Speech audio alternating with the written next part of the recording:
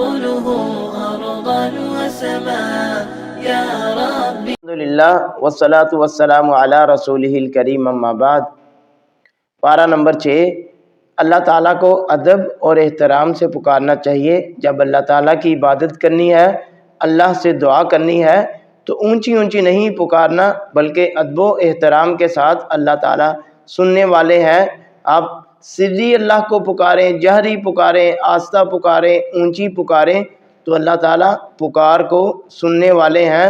ادب و احترام کے ساتھ اللہ کو پکارنا چاہیے۔ بنی اسرائیل کے واقعات، بنی اسرائیل نے موسیٰ علیہ السلام سے مطالبہ کیا کہ ہم اللہ تعالیٰ کو ظاہری دیکھنا چاہتے ہیں، جبکہ اللہ تعالیٰ کو کوئی شخص، کوئی انسان اس دنیا میں نہیں دیکھ سکتا، حتیٰ کہ موسیٰ علیہ السلام اور حضرت محمد رسول اللہ صلی اللہ علیہ وسلم نے بھی اللہ تعالیٰ کو نہیں دیکھا۔ اس کے بعد انہیں سجدے کا حکم دیا تو انہوں نے انکار کیا۔ اسی طرح انہوں نے بچھڑا بنا لیا، اس کی عبادت شروع کر دی۔ ہفتے کے دن اللہ تعالیٰ نے بنی اسرائیل کے لیے مختص کیا تھا، عبادت کرنی ہے تو انہوں نے تجاوز کی، اللہ کی بات کو نہیں ماننا۔ پھر انہوں نے اللہ کی آیات کا انکار کیا، نبیوں کو قتل کیا بغیر حق کے، اللہ تعالیٰ نے مہر لگا دی ان پہ۔ تو اللہ تعالیٰ جس شخص سے بھی ناراض ہوتے ہیں اس کی اپنی حرکتوں کی وجہ سے۔ ہم اگر عبادت نہیں کرتے تو اس کا مطلب ہے اللہ تعالیٰ ہم سے ناراض ہے۔ اللہ کو راضی کرنا چاہیے، عبادت کرنی چاہیے۔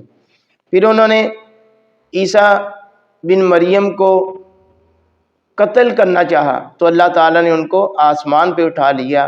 مریم علیہ السلام پر انہوں نے تہمت لگائی، انہوں نے سود کو اپنے لیے حلال قرار دیا اور لوگوں کا ناحق مال جو تھا وہ کھاتے رہے۔ لوگوں کے مال کو اپنے اوپر انہوں نے زیادتی اور ظلم سے حلال کر لیا، جائز قرار دیا۔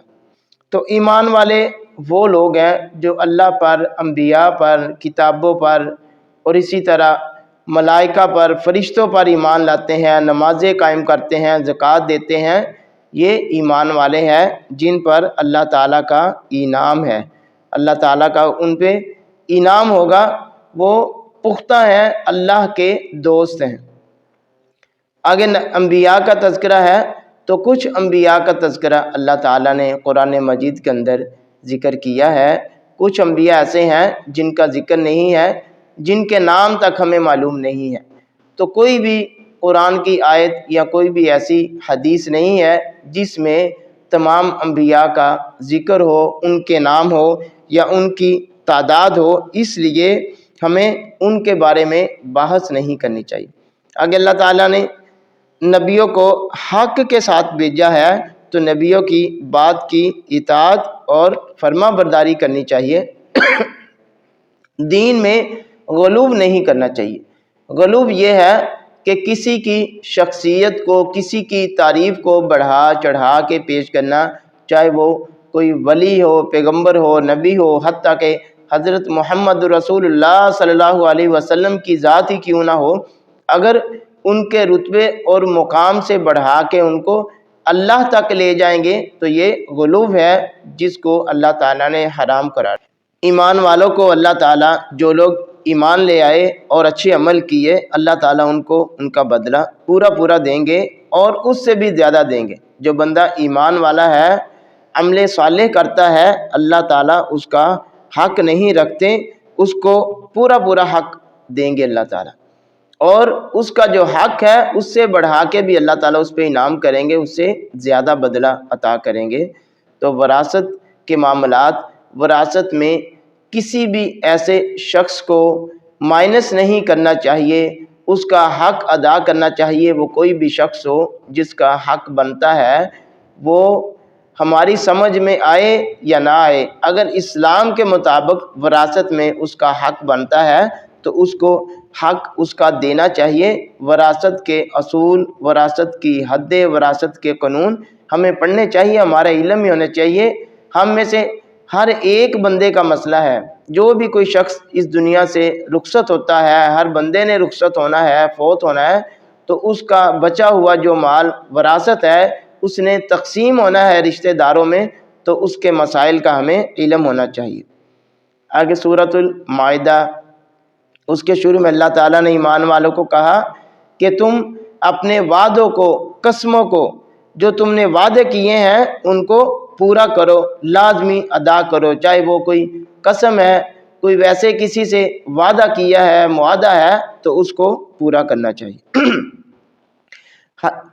احرام کی حالت میں بندہ شکار نہیں کر سکتا، احرام کی حالت میں شکار نہیں کرنا چاہیے، شکار منع ہے، اللہ تعالیٰ نے منع کیا ہے۔ احرام بندہ ہو حج کے لیے یا عمرہ کے لیے تو بندہ شکار نہیں کر سکتا، نہ اپنے لیے نہ کسی اور کے لیے۔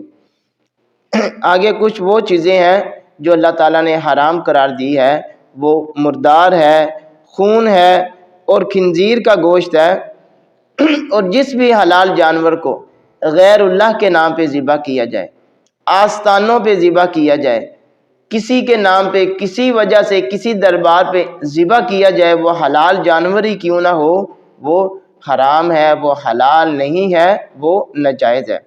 اور ایسے ہی وہ جانور جن کو ذبح نہیں کیا گیا، وہ گر کے مر گیا ہے، اس کو کوئی چوٹ لگی ہے، کوئی سینگ لگا ہے، کسی بھی قسم کی چوٹ سے مرنے والا یا کوئی ایسا حادثہ واقعہ ہو گیا ہے کہ جانور مر گیا ہے، ذبح نہیں کیا گیا، تو وہ ہمارے لیے جائز نہیں ہے۔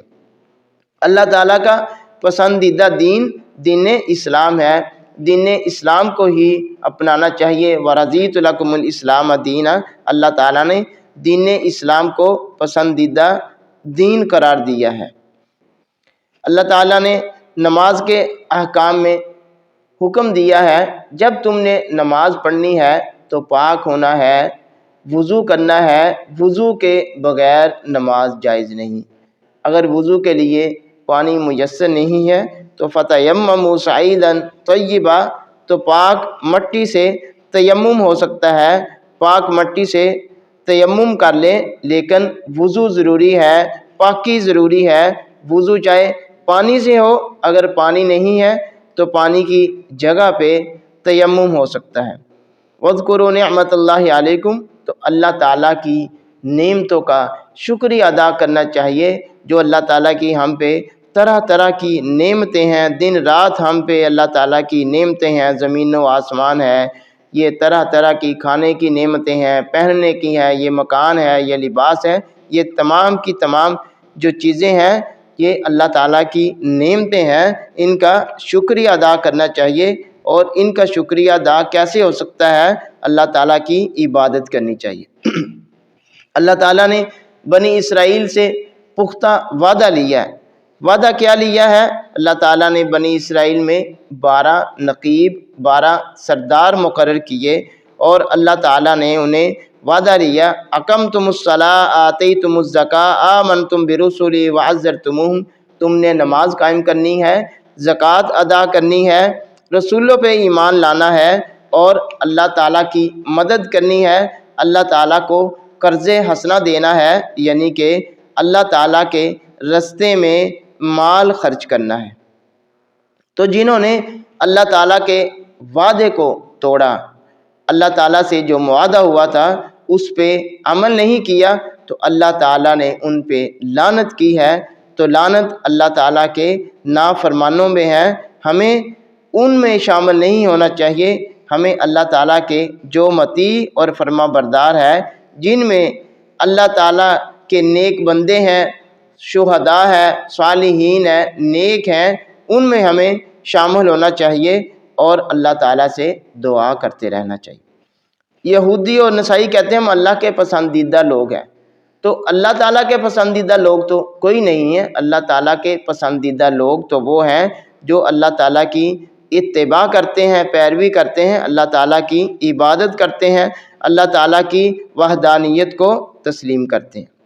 بنی اسرائیل کو اللہ تعالیٰ نے وادی مقدس، فرعون کو اللہ تعالیٰ نے تباہ و برباد کرنے کے بعد، ہلاک کرنے کے بعد، پانی کے اندر غرق کرنے کے بعد، اللہ تعالیٰ نے بنی اسرائیل کو حکومت دی۔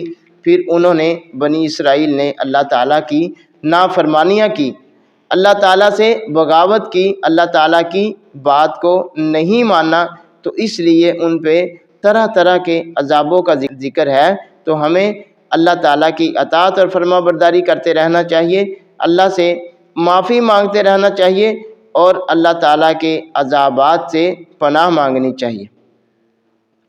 اے ایمان والو، اللہ تعالیٰ سے ڈر جاؤ اور اللہ کی طرف ہی وسیلہ تلاش کرو اور اللہ تعالیٰ کے راستے میں جہاد کرنا۔ تو جہاد کا بار بار تذکرہ ہوا ہے، تو جہاد ایک اسلام کا عظیم عمل ہے جس کے بغیر انسان کی، مسلمان کی زندگی نامکمل ہے۔ جب جہاد نہیں ہوتا تو دنیا میں فتنہ فساد ہوتا ہے، بد امنی ہوتی ہے۔ فتنہ فساد کو ختم کرنے کے لیے، بد امنی کو ختم کرنے کے لیے، مسلمانوں اور کافروں کا توازن برقرار رکھنے کے لیے اللہ تعالیٰ نے جہاد کو فرض قرار دیا ہے۔ تو جہاد ضروری عمل ہے، جہاد کے بغیر گزارا نہیں ہے۔ نبی کائنات علیہ الصلاۃ والسلام نے فرمایا جہاد قیامت تک جاری رہے گا، تو یہ جہاد نے جاری رہنا ہے۔